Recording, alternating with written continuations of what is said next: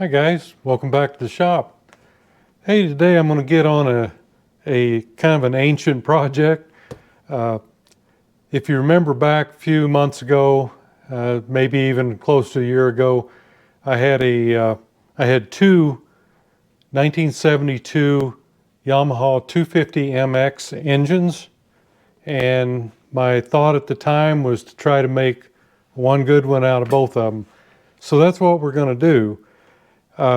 My first thing that I need to do is I need to build the crankshaft. That, remember, we had to make a sleeve to put on out here. The oil seal area was completely rusted out, so we trimmed down this portion of the crankshaft and made a stainless steel sleeve that went up here, and it's all pressed on with Loctite, and it's all ready to go. So all we need to do is build this, and then we can kind of start with the assembly of the engine. But that's what we got to do before we can do anything else, really. So let me get you overhead and we'll look at it. All right, here's our two halves. Like I said, we repaired the sealing surface here, and we trimmed that back down to exactly the same as the bearing surface back here. Yeah, I think you can kind of see the crack here. This is that's where the two pieces come together. And of course the seal is out here quite a ways, so it doesn't matter. But they're identical, so the bearing will just go right on there. It's a little bit of an interference fit. So, you know, this thing is, it's had some water in it, but it's not really where it counts. There's a little bit on this one here right at the bottom, but I've smoothed all that out pretty good, I think, so we're in good shape. And this side is all good.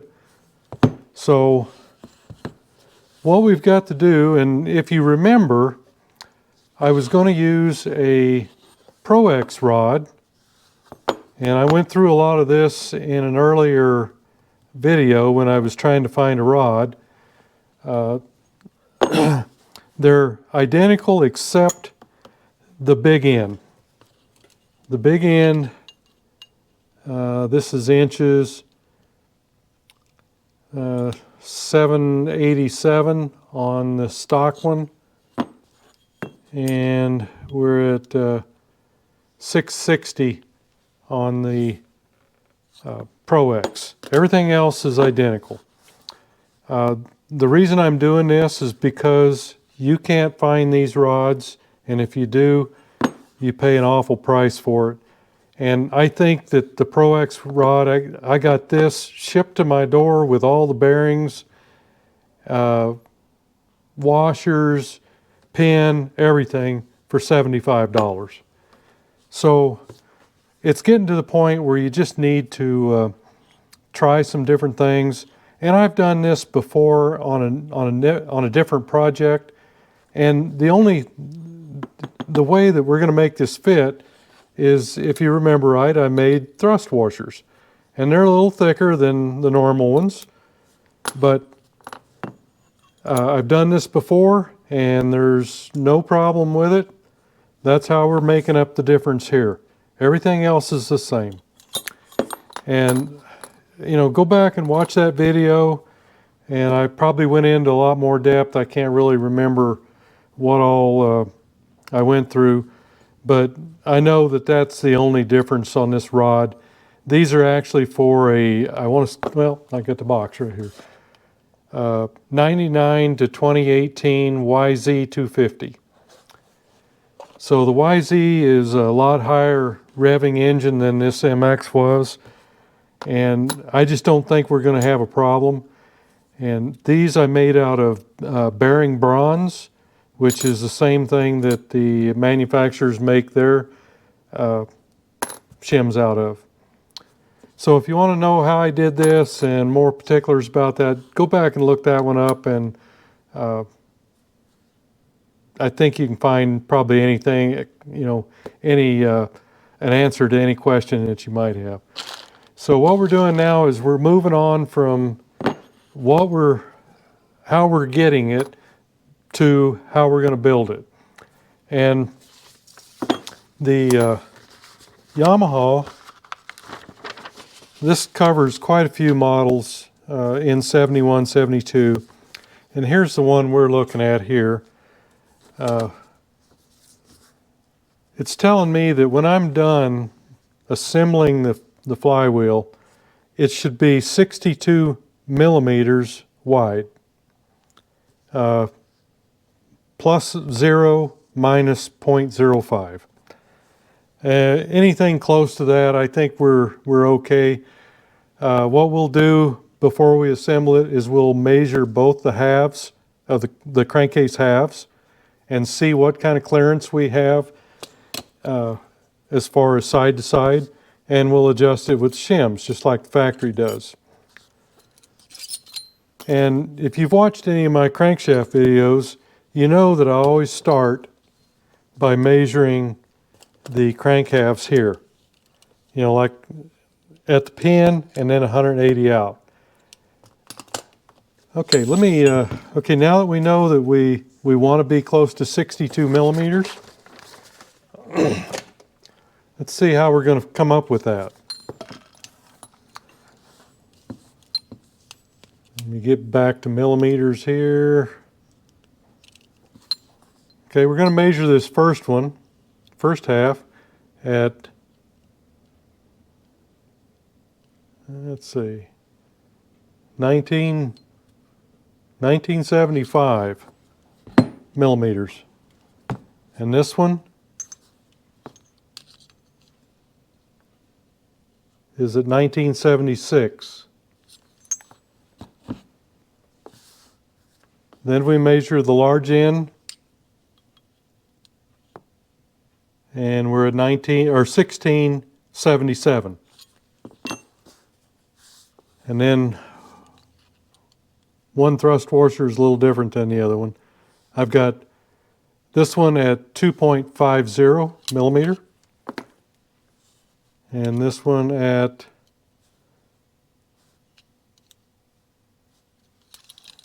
I think it was, looks like about 240. Okay, so when I add all that up, I'm at 61.19, and 62 is where we're supposed to be. Then we add our clearance in, which is 0.4 to 0.5, and on a race engine I usually go closer to the maximum. So that puts us at 61.69 millimeters.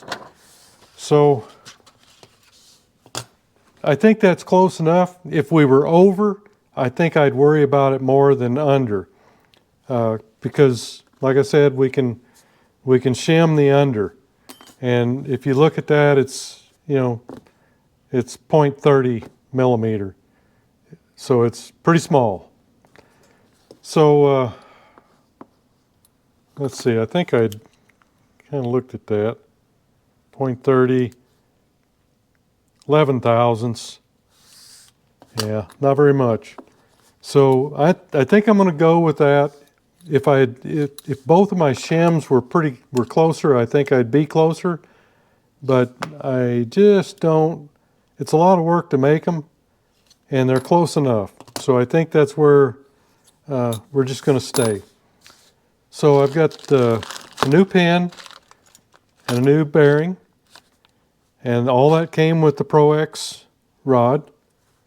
So we're going to put this thing together. And actually, it's kind of hard to hold all this together. But if you do, if you can pull it off,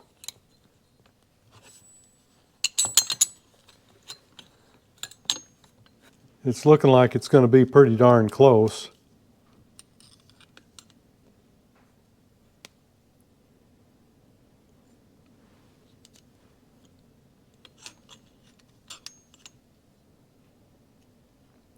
Yeah, 61.08 there without the clearance.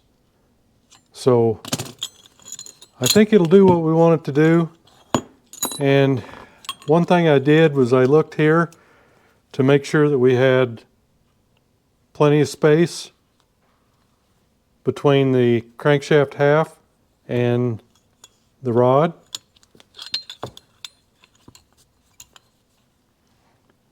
And we do. So I think we're ready to build it. So let me kind of get my ducks in a row here, and that's what we're going to do.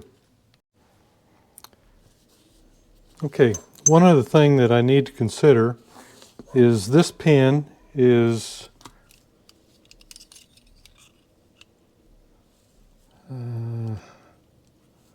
59.02 millimeter, and the OEM pin is right at 60. And that is another difference, but it's not something that you need to worry about. It's, you know, I was just looking here, I've got a 360 Yamaha, and you can see the pin is recessed in there quite a bit on both sides. So it's not going to be any more than that. And, you know, very few actually do. Very few are actually even with the outside. And another issue I have here is that this is cupped. They've recessed this from, this is high and this is high in here. So this in here, let's see, I can take a magnet and I'll just lay it here on that. And what I was playing around with was a washer here. See that, when I put it in the press, now that washer will, it will come up to the same height as this and this. So that will keep me from pressing that through too far. And it will give me a balance of kind of like this one, where I can kind of maintain the same amount of recess on the pin when it's assembled. I don't know if you can see that or not, but that's what I'm talking about. So that's kind of what I've got in mind, because the first thing I need to do, you know, I can always press more in and out, but the first thing I need to do is press the pin in, and I don't want to over press it. So this is what I'm going to do just to keep from doing that. I'll press from this side and I'll lay the washer in there, and it will give me enough standoff that I shouldn't be over pressing it. And I kind of verified that by, well actually I did it by taking a measurement with that in there.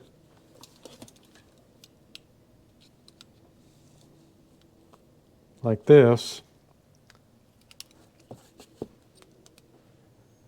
And then taking a look at where the pin was, the witness mark, you can kind of see a dark area right here. And I'm not sure whether you'll see that or not, but it will keep me recessed a little bit there. And that should be about the same on both pieces, just slightly. So that's where I'm going to go first, is I just don't want to overpress the pin to start with. I can always press it more later on down the road, but at this point I don't want to overdo it. So the first thing we need to do is get over to the press and press it in there. Okay, I've got it set up in here, and I've got where we're going to push the pin right over this press arbor plate over here, and I've got this pretty well ready to go. I'm just going to put a little bit of oil in here. This is very lightweight oil.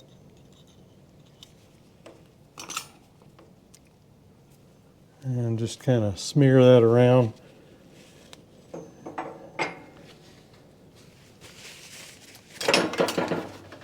And then I'm going to drop my washer in there.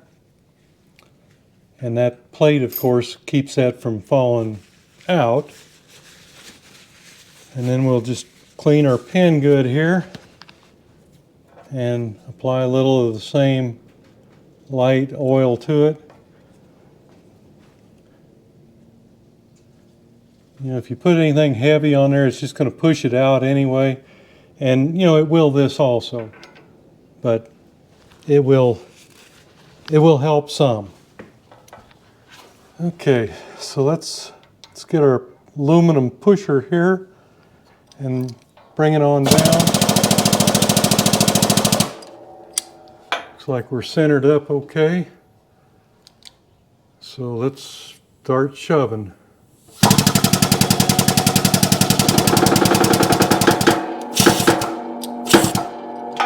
Okay, I don't know whether I'm home or not, but we need to look. Nope, needs to go a little further.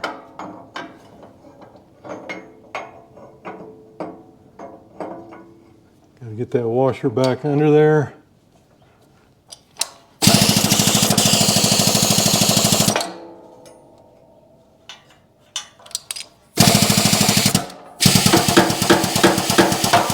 All right, now I think we're home.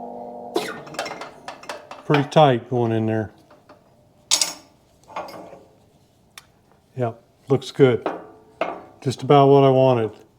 You can always do more, but you don't want to have one pushed all the way to one side and the other one not. You want to try to keep it semi-equal. So let's get everything else prepped and then we can go ahead and put it together. Okay, now we'll get everything put together. Now another difference is the Pro X bearing is not caged. You've got to cage it up before you put it together. And you just do that with a little grease. I'm just going to set this in this cup and we'll go ahead and set the bearing. Well, let me see. Let me get some grease on it.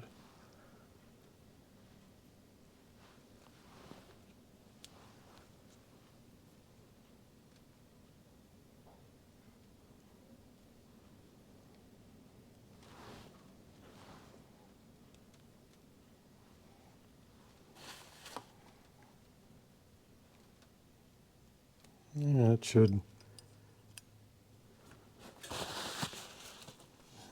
I bet that, let's see if it goes in. Probably, yeah, it doesn't matter. Okay. So we're good, whether it goes inside or out. And you just start, I'm going to get some grease. Actually, what I'm going to do is I'm going to put a little assembly lube on the pin.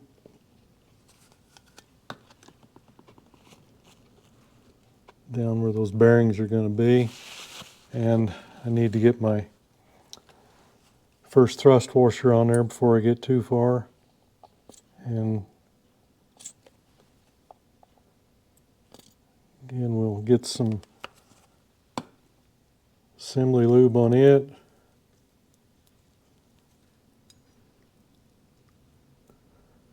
Get that down there before we start anything. And then just start putting your bearings in. Okay, got them all in there. We'll wipe out our connecting rod and we'll get some assembly lube in it.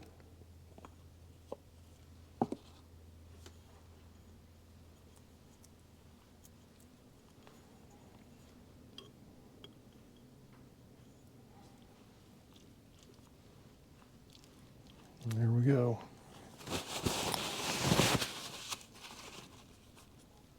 And we get our other thrust washer.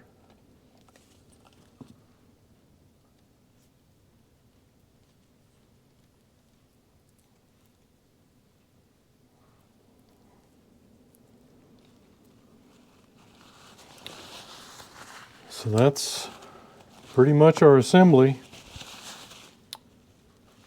Now we're ready to go press the rest of it together. I just kind of want to measure first.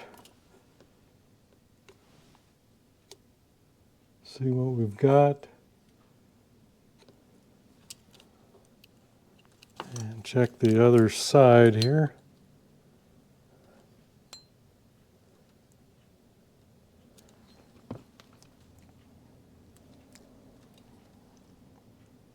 So let's see if we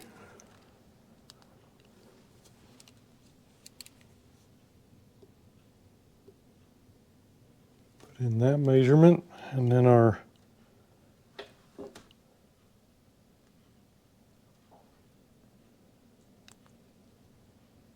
our 5.5 mil or 0.5 millimeter. And then check it in here. Okay. All right. Kind of trying to get it close here before I start pressing. So once you start pressing, you're gonna have to wait until you're done to square it up. So you get it as good as you can. And I think we're pretty close. So let's give it a shove.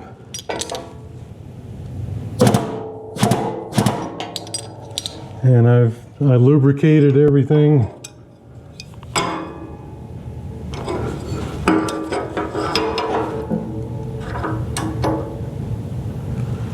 It's a little off. It'll be off. That's just, you square it up when you get done. All right, let's see what she does.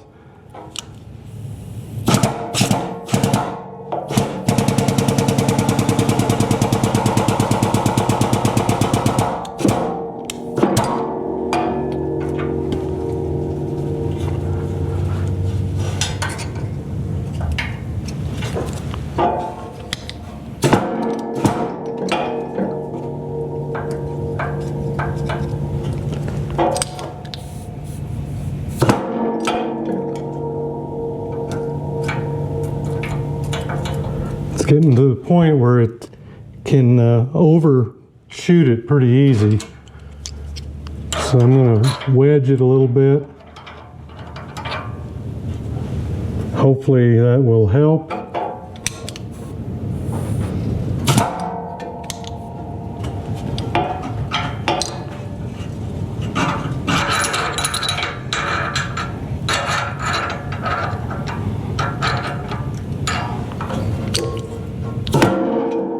Probably too much.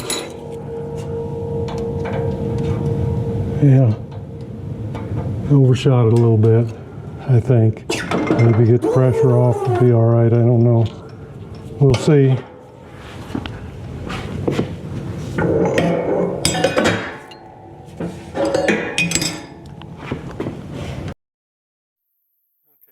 Overshot it a little bit.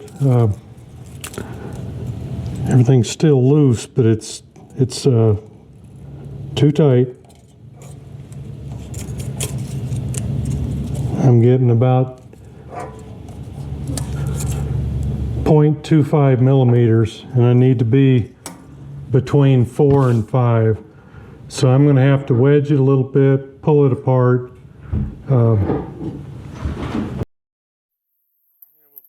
It's a little bit here and see if we can give it a little more space.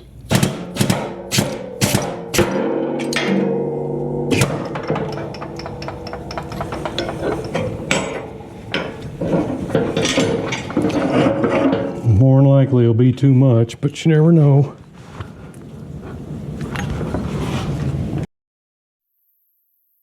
Putting the feeler gauge in there.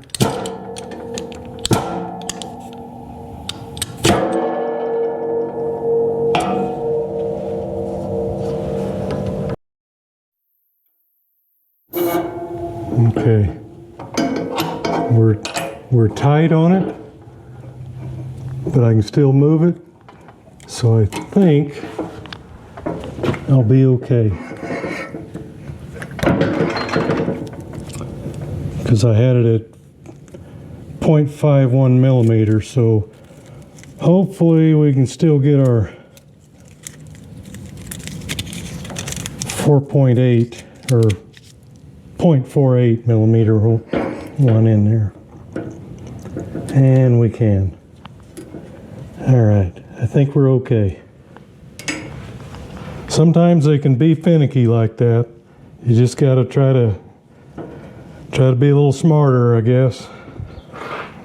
All right, let's get back up to the bench. Okay, there's our assembly, and we're supposed to be between 0.4 and 0.5 millimeters, and I've got just a snug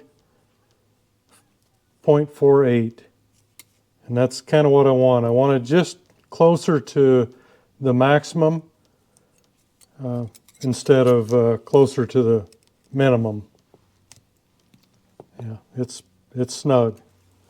So I think we're good there, and our you can see here that our the pin location here is pretty close to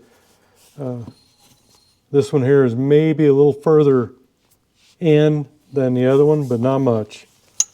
So I think we're okay. Now we've got to get it over to the lathe and start truing it up, if it needs it. All right, let's see what we got here. Looks like I got about 8 on this side and 6 on this side.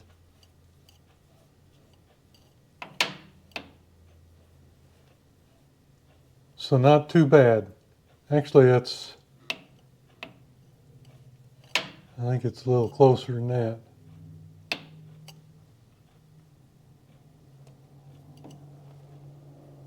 And they're opposite. No, it's 8 over here on this side.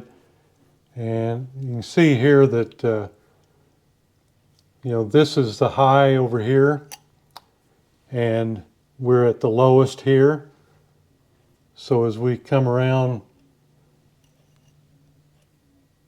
here's the high here, and where my finger is down here is the high on the other side. So they're completely opposite. So it's probably just going to be whack one side or the other. Let's see here.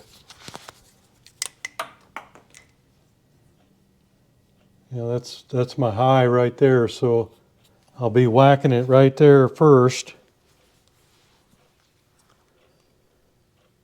So right here.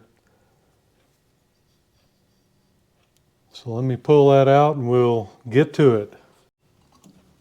So we'll just pop it out of there, and let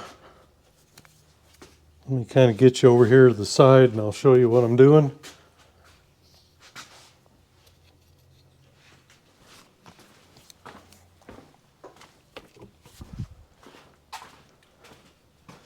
Okay, that's where the high was, so we're going to whack it right there. And we'll put it back in there and see how we're doing. We'll always put it back in the same way.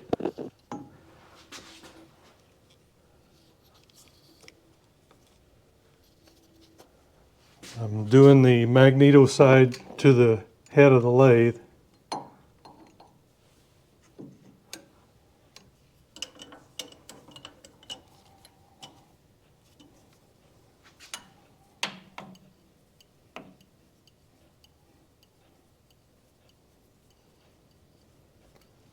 I kind of moved this one when I pulled it out.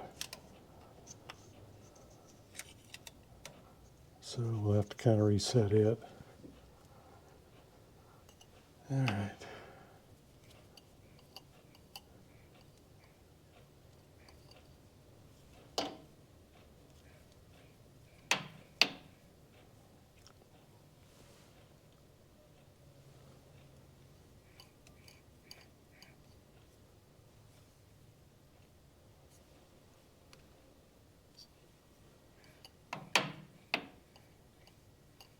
Okay, we've made some headway. Not a lot, but we did some.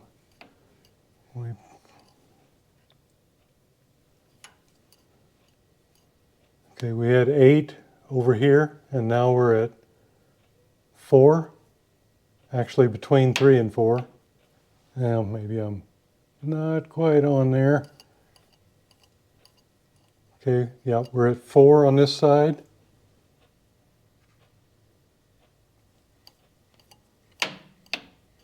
And 4 on this side. So we definitely made some progress. That's how we're going to have to do it. Just keep going back and forth. And you always want to work one side.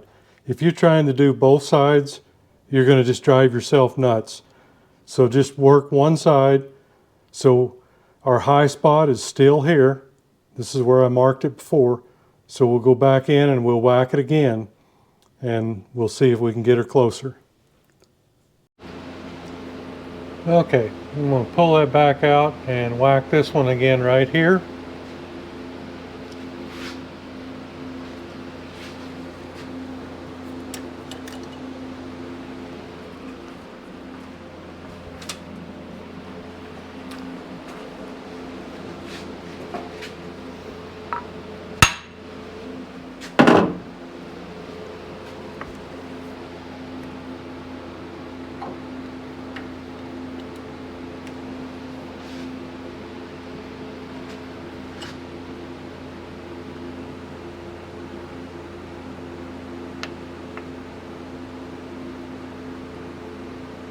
I think we've made some major headway there.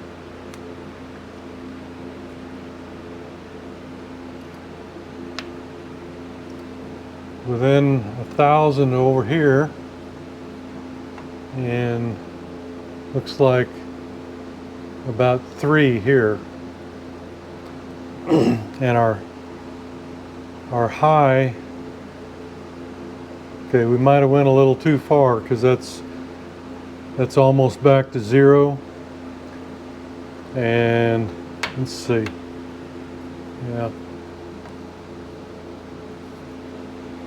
yeah, so now the high is opposite where it was, so we're right there now. So pull it out and whack it again. Okay, I hit it again there, and now I want you to take note of what's going on here now. Okay, we're at 0 and 0, and then as we come up, okay, there's 2 and there's 2, and they're at the same place. Okay, so now what the problem is not moving them that way. We need to pinch it down here. So it's almost, you know, the rod is right there. That's so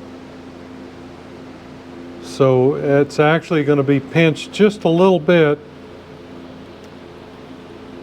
down here. And to do that, we'll put it in the vise and just squeeze it a little bit. Usually when you've got both of them high or low in the same place, it has something to do with pinching, or you have to widen it or something like that. So let me get it marked and we'll get it over there in the vise and some soft jaws and give it a squeeze. Okay, I marked it here, so it's not just straight across, but a little bit to the one side, and we'll just put it in there. And I've got my soft jaws on here, and we'll give it a little squeeze, and then we'll take it back over and check it again. Okay, I've moved it a little bit too far, so I need to wedge it back. The bearing and rod is right there, and I need to be just about directly across from it. So I take a wedge, and we'll push it a little bit, and then we'll check it again. Okay, just did the wedge, and let's see where we're at here now.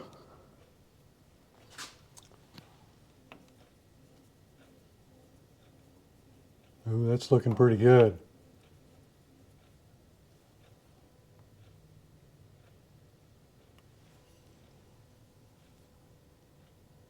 Okay, we're 0 down on both gauges. And there's about a thou here, and this one's on 0.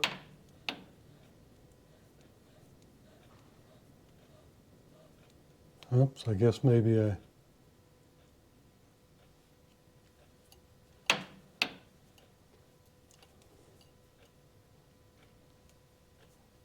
No, that's just about 0. Just moves a little here, but it's not doing anything on this side. Let me make sure that I see I'm at 2 here for revolutions.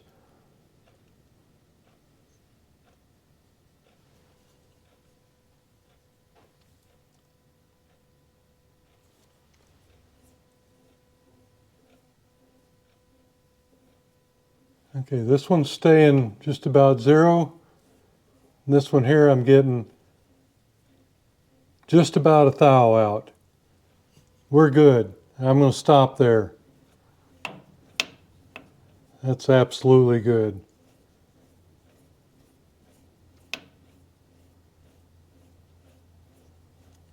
That's good, within a thou. Okay, got a new channel I want to talk about today. It's called FLIPFIX. I'm sure a lot of you are already watching him. It's John's his name.